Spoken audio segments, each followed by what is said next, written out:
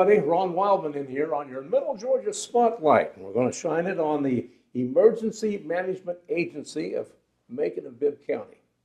We have as our guest, the Deputy Director, Robert McCord, and Sophie Rosen, and she's the special events person.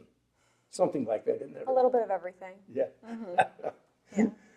You're just back from a big training trip, though, I understand. That's right. Yeah, we took 43 Macon partners, Macon-Bibb County partners, and we had state, we had national weather services also with us. We had a GEMA team coming as well. So we had a bunch of different people, partners coming in. Take them up to Emmitsburg, Maryland, to the National Emergency Training Center, and basically just put everybody through a hard course of putting them through classes, training them on how EOC operations, how to respond to a disaster. Went through a couple exercises, and then we finished it out with a big exercise that we in an EOC at the Emergency Operations Center. Well, Sophie, what are they trying to train you to do up there? What is your job down here overall for EMA? What are we for? Well, I think we went up there to be able to coordinate effectively during a disaster. So the functional exercise that we did on the last day was a simulated course where we basically brought a tornado, a hurricane into Macon-Bibb County, and we threw all of our partner organizations into the Emergency Operations Center and say, okay, how do we respond to this? So we were, during the simulation, we were inundating people with calls saying, you know, there's traffic stops, we had weather damage due to the tornado. Basically, anything you could throw at them in the simulation, we did, so we could make sure that everyone understands each other's roles and capabilities during a disaster. So basically, EMA has to be ready for anything that comes down the road. Yeah, Exactly. pretty much. So what do you do in between? We don't have that many hurricanes, but when we do have one, it makes us busy. But tornadoes the same way. But in between, what does EMA do here in Macon and Bibb County? So on a daily basis, we are working with our partners, building plans, testing those plans, working on identifying weak points, what hazards are threatening us here in the community, and then how can we mitigate those hazards and keep them from impacting us as bad as they could. So we're working with our partners all the time. We have training, starting another training next week. We have actually 2 trainings next week with American Red Cross, where we're training people how to be shelter workers to help when people need an evacuation shelter. And they Train the Red Cross. Well, we're working with the Red Cross to train new volunteers. Oh, yeah. And then on Thursday next week, we have our team from code enforcement and the tax assessors that are coming in to do what's called damage assessment training. So they're coming in to learn how to, and I guess, refamiliarize them on how to do damage assessment, because we need that damage assessment, because once a storm goes through, GEMA and FEMA are both going to say, what kind of damage do you have? We need to know. But they want to know numbers. They want to know how many millions of dollars in damages do you have? And they want that within 24, 36 hours. So we had to train our teams to get them ready for that. So that's what we're doing like just next week. And then we have other exercises already planned out. Another one popped up yesterday that we have to start planning for. So we're always busy. And then, of course, we're doing stuff for the public too. So like the weather radio giveaways that we've been doing over the last year, trying to get people more prepared, more able to get those alerts about threats that are coming. Well, since you brought it up, I have one here. Might as well. Yeah, but so I'll talk about it. Well, these are the ones that have been given away here. Yes, sir. That's a nice-looking piece of equipment. Mm-hmm. Yeah. Yeah, we've given about 3,000 away, I believe, to Macon-Bibb residents. And is this part of your budget each year? You plan for these giveaways? Yes, we budget it, and we also use grant money. Basically, we just try to find ways that we can find a way to pay for getting these out to people, because these will save your life.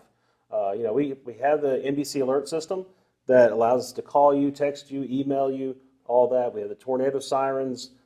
But if you're asleep in most houses, most people aren't going to hear the sirens when you're asleep unless it's right outside your house. This sits by your bedside and it will wake you up. It will wake the dead. And in fact, what's attached to that is a pillow shaker and strobe. So people that are hard of hearing, they have that pillow shaker and strobe to help wake them up, make sure they get the alert. I guess we've all got a good lesson in that with the Texas floods out there. It happened in the middle of the night. These youngsters were fast asleep, then woke up to a wall of water. And this is the way it used to be for almost all storms, especially hurricanes in Florida. We read back in history, there were hundreds of deaths in some of these hurricanes. Yeah. But now with the warning system, sometimes we get out without a death every once in a while. That's what we hope for. We always hope for that. Now, you're going to have another giveaway. Do you have one in the works? Yeah, so we're hoping to do it in late August. Well, that's coming up pretty soon. Yeah. That's right. So I think we have about 500 weather radios left to give away. So we'll probably do it at the mall again. What type of reaction do you get when you announce you're going to have a giveaway? Crazy. People are super excited. Yeah. Yeah. Which we're happy to provide it for them. We don't want to assume that anyone has the means to get one on their own. We want to be that resource for them. And additionally, we get them there to give them the weather radio. We also give them additional resources such as NBC Alert and telling them how to be prepared during a disaster. Well, it's not just during a planned storm or a storm that's expected, but during, we've been having these pop-up thunderstorms. Sure. These are really helpful Oh, on yeah. that, too. Absolutely. You know, this time of year, these thunderstorms just Thunderstorms. spin up out of nowhere, and whether they're a severe thunderstorm or even sometimes popping tornadoes out of them, this is a great way to be able to make sure you get that alert and let you know that it's there. I want to go back to Hurricane Helene. That's the one that was supposed to come up I-75 through Macon Yep, and northward, but it veered off down there around Valdosta somewhere, wasn't it? that's right. And if you ever look at the forecast, they always have a warning cone. It's because those storms wobble, and even after they make landfall, they slight turn as they make landfall makes it hundreds of miles of difference down the road. Those folks who were hit by this after Valdosta, East Georgia and northward into the Carolinas, didn't expect it to come there. And if they had a weather radio, though, they would have been on top of it. Absolutely. Yeah, any of their tropical alerts, so tropical storm warning, hurricane warning, all those warnings also go through that. So that weather radio doesn't just do weather, it also will do civil alerts. So if there's something like a hazmat spill or some reason you need to take shelter or evacuate, we can utilize that working with National Weather Service.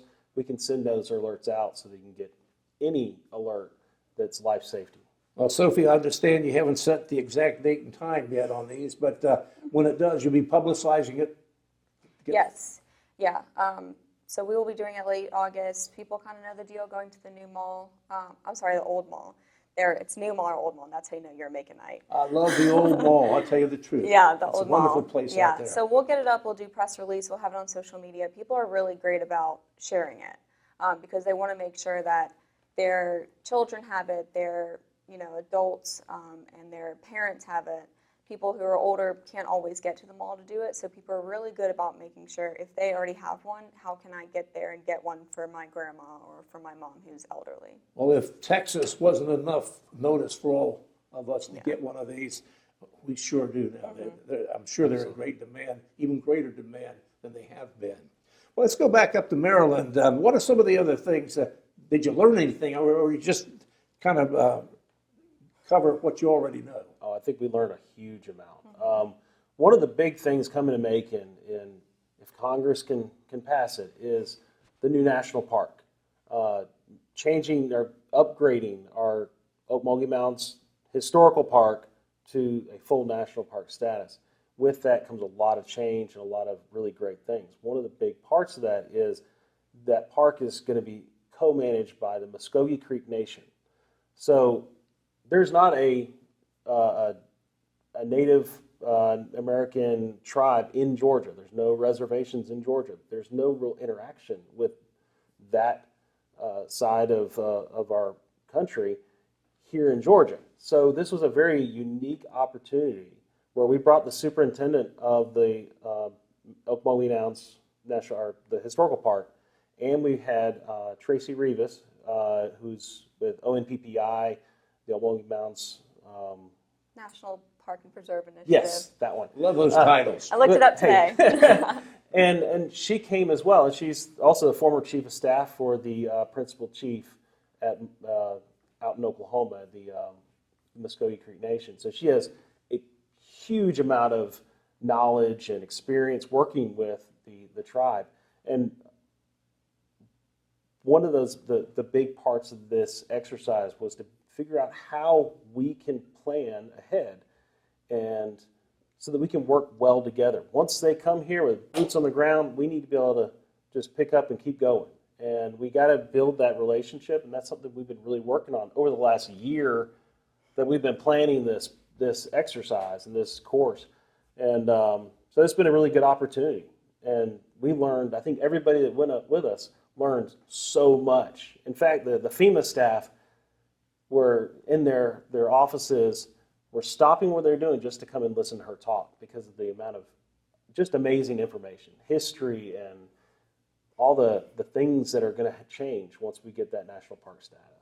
Now, So it's really exciting. Some other classes you might have had.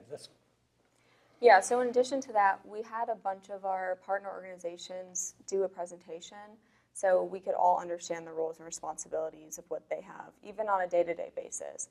So we had Georgia Power, Code Enforcement, Macon Water, National Weather Service. We had a bunch of them get up and talk about what their day-to-day looks like and then kind of what their resources and capabilities are during a disaster.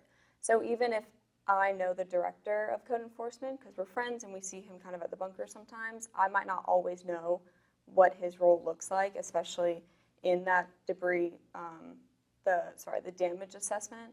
So those presentations helped everyone get a good understanding of who's kind of doing what during the disaster. Did you have a law enforcement contingent up there of any type? Absolutely. We Couple. had 4 deputies. We had Colonel Patterson, Major Walker. Oh gosh, we had Linda 2 Howard. others. Linda Howard. I think there's just 3, but And we had one other. I cannot remember. that was a what good the name. array because it was E911. Colonel Patterson was kind of the executive side, and then Linda Howard acted as the PIO for them. So it kind of gave a good array during the disaster, who would be working where, how they'd be working internally, but then also with the rest of the partners up there. Now, they had some practice exercises too. Yeah, we had 2 tabletop exercises and 1 functional exercise. A tabletop exercise is basically a discussion-based scenario, and we all talk about what we would do. If this scenario happened today, what are we going to do? How are you going to respond? How is your agency going to respond?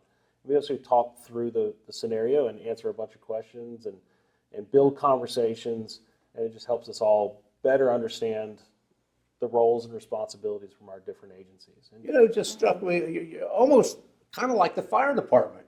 They are waiting for something to happen, and while they're waiting, they're training, Oh, yeah. yeah. doing Sure. something. Well, anybody in public safety is always looking to find extra training, extra time to be able to really work on our skills and expertise. Emergency management is no different. Being public safety, we're always looking for courses that we can take to better our knowledge base, better our skills.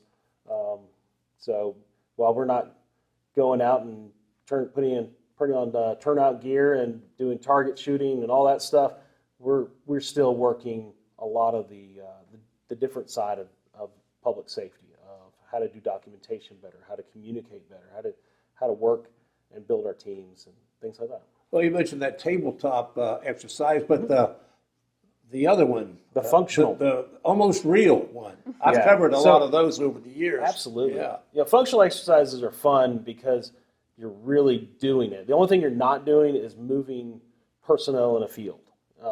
So you have what you call a simulation cell. You got them all covered with blood and stuff, though, don't you? Well, not real blood. That's more of a full-scale Red exercise. stuff, yeah, red So a full-scale exercise, you got boots on the ground, you're dealing with patients, you're dealing with apparatus, you're out there doing stuff. Turned over Where- trucks. Yeah, all that goes to the full scale. But the functional is you're not moving any assets, but for what we were doing, it was an EOC, an Emergency Operations Center functional exercise. So we are answering phones, using our computers to put in requests. We're moving personnel and resources through a simulation cell, so they're not actually doing it, but they're making the calls, doing everything we would ever do in an emergency operations center, except it's all contained in that emergency operations center. It's not outside of that. So, yeah, Sophie, I it's exciting. understand that news media members went on that trip. Yes, so we had Liz Fabian there, and we also had No Division there, Elizabeth Almina. And so they were wonderful because they help us understand what are they capturing during the disaster. For the sake of the simulation, we did not put them in our emergency operations center. We actually put them outside, kind of in the sim cell, to understand how are they collecting information when they're not on the inside the way that we are. So we had Liz and Elizabeth kind of calling in, whether it was to me or to our PIO or to Linda Howard, to call and get updates. And they were also, we did a couple mock press conferences where Keith Moffitt, the county manager, and Spencer and Ron Smith from Fire, a couple of them got up and did a mock press conference, and they were kind of there to simulate some questions in real time to kind of give them that pressure of what's happening in the situation, what are community concerns, things like that. So they were super helpful. They were wonderful. And Liz is incredibly knowledgeable. Well, they just got back with you all just a few days ago. Mm-hmm. Liz came back a little under the weather, but she's planning several pieces. She has newspaper connections, she's on TV, and so she's going to cover the gamut. And maybe we can get her in here also to tell us her side of this trip to Maryland. Yeah, having her there was wonderful. Her expertise, and she had actually been 10 years ago, so she kind of spoke a little bit about what the transitions look like within 10 years, because the field itself has changed a lot. So it was really wonderful hearing from her. And then having Elizabeth Almina there from No Division was incredible because she is more of the Hispanic-facing side. They kind of threw a wrench in the press conference and started speaking a little Spanish, so it was hard. It was interesting because that is what happens nowadays. We can't expect everyone to speak English. We can't expect everyone to hear and see. So understanding what our gaps are in that press conference was super important to bring back here and say, hey, we need to probably find an ALS instructor or someone who speaks Spanish. Things like that, we address those gaps. Well, that Spanish would be Greek to me. I might know 2 words. Yeah. How do you get involved with EMA? Every time we've had a storm where I covered over in the bunker behind City Hall. Sure. Everybody knows the bunker. Absolutely. When a storm's coming in, that place is full of people. Now, who are these folks you have in there in emergency situations? So a lot of them are county employees or volunteer organizations or other outside agencies, school district, any of those, any agency that works here in Macon-Bibb County is represented in our operations center. We also have volunteers. So we have various different volunteer organizations that come in and work. So United Way, Red Cross, we have an EMA volunteer group. There are a variety of different partners that we work with. And so yeah, it's a very full contained chaos inside of our operations. Well, over the years, I've known many EMA volunteers. They're special people, aren't they? They are. Mm-hmm. I actually started as an EMA volunteer here in Macon-Bibb. And it grows? Yeah. I mean, I worked with Johnny Wingers at that point in time. Oh, Johnny. As a volunteer and for a number of years. And then after I finished college, I went into emergency management, and he introduced me to some folks in GEMA, and worked at GEMA as an intern up there for a while, and then worked in state public health and doing emergency management, and then came back to Macon-Bibb. Sophie, if somebody out there wants to volunteer, can they get a hold of you or Robert or somebody down there? Yeah, so we have a survey on our Facebook page where if they're interested, they can put their information in. They can also email us or call us, ema@maconbibb.us. And they're pretty active. They're super helpful. They help us during our emergency preparedness fair. They're out there for Cherry Blossom. They're out there helping us a lot. And we have some courses to where we can help them start to learn what are some of the things we'd expect from them, like using our mobile command vehicle. How do they get on there and operate that? We're pretty good about speaking with them and having a good relationship with them, and they help us whenever we need them. I was going to ask about the mobile command vehicle. What's that all about? Well, our mobile command vehicle is it's a converted Bluebird bus. A big old, one. 40-foot, Yeah. I guess, bus that we have all the radio communication systems you need, computers, internet, basically anything you could want in an office, we got it. It's on wheels, though. So we have generators on board. We have an incredible team that they're just awesome. And they're all volunteers, and they run that thing. They take care of it. They do all the systems checks and updates, and it's an awesome. And they can be out there on the scene. Where they need to be. They assist in whether it's an emergency management mission or with the sheriff's office, the fire department. We help other counties out around us. It deployed in Katrina years and years ago, and it didn't have much of anything on it back then, but technology has changed, and that we've improved it as much as we can. It worked the wildfires down in South Georgia. It's helped out Monroe County and Houston County, done Perry Fair a few times. It's always at Cherry Blossom out there, providing a lot of information to the Cherry Blossom staff, especially about weather, because they're always concerned about any thunderstorms and that kind of thing that come up. My memory serves me right. Several years ago, at least, I remember Johnny Wingers was close to a ham radio operator. Absolutely. What's your relationship with them? So I'm a ham operator as well.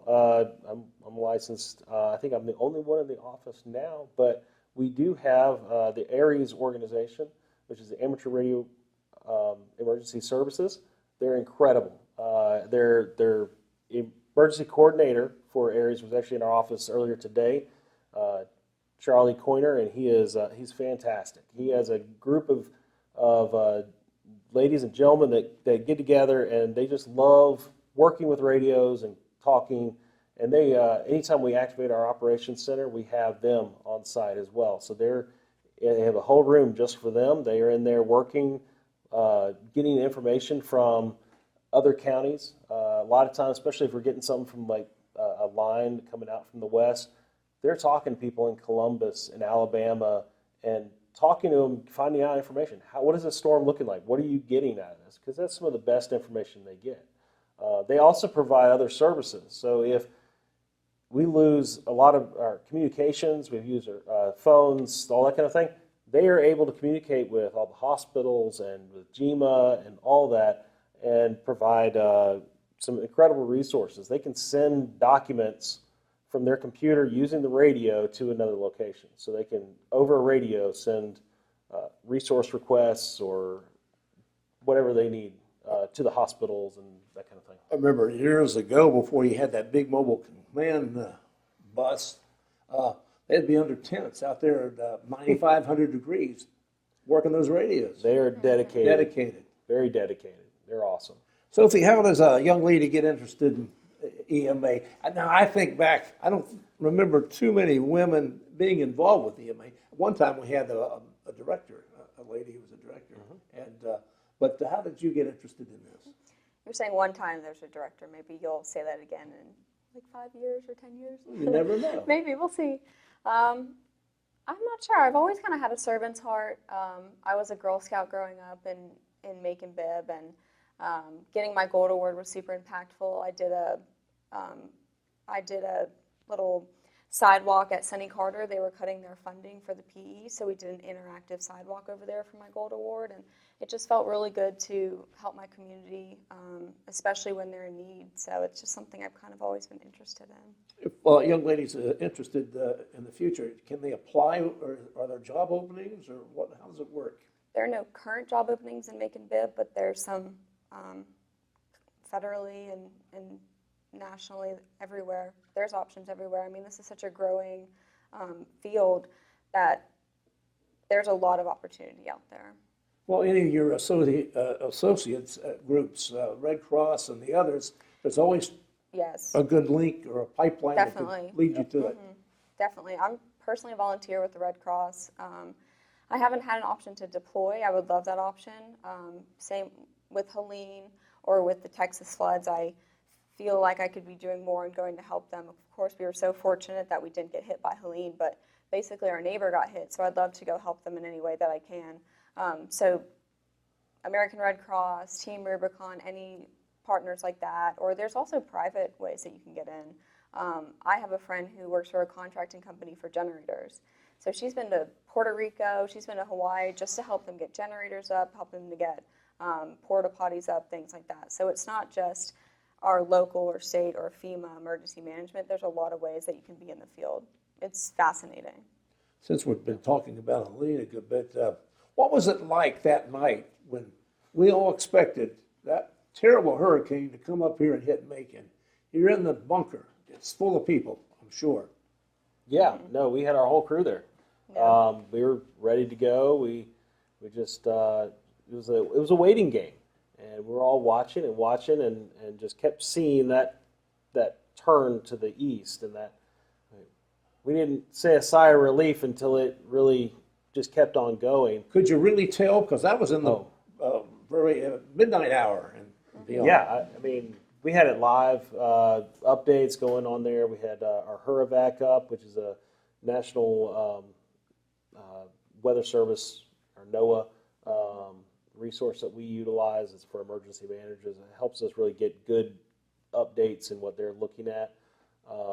We were in there watching it, and you could see the line, see that track making that eastern turn.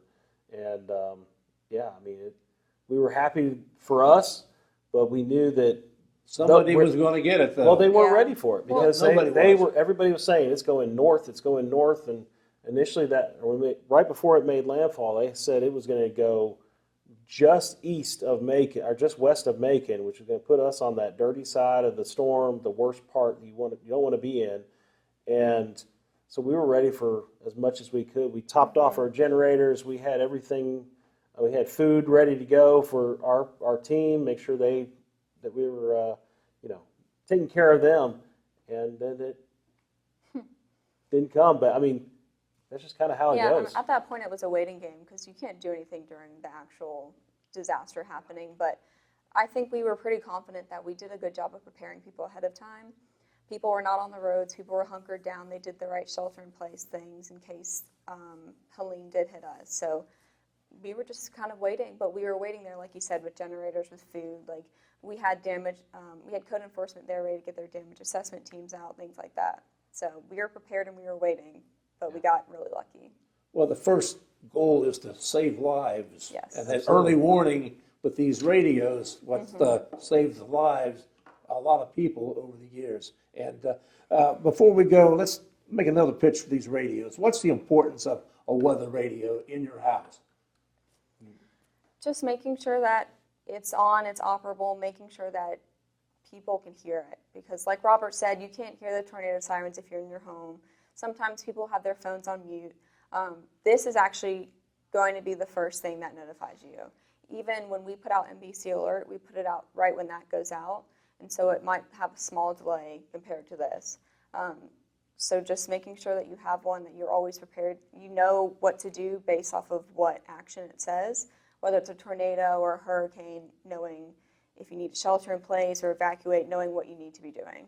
Our local TV stations do a good job on the weather situations. They stay on all night long and tell us everything, but they get their information like this at the same time. Similar stuff. And one of the things we utilize in the operations center is something called NWS Chat. And that is something also that the weather, Meteorologists. the meteorologists at the news stations, they're on there as well.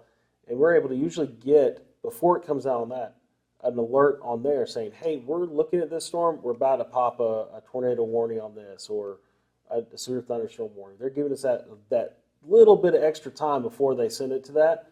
So we're trying to work as closely as we can to that, but sometimes these things pop up out of nowhere. And that's why you need that weather radio to really make sure you're taken care of. And make sure you always have fresh batteries in there. Oh, yeah. Because you've got to have the batteries. Because power goes out during a storm, you got to have the batteries in.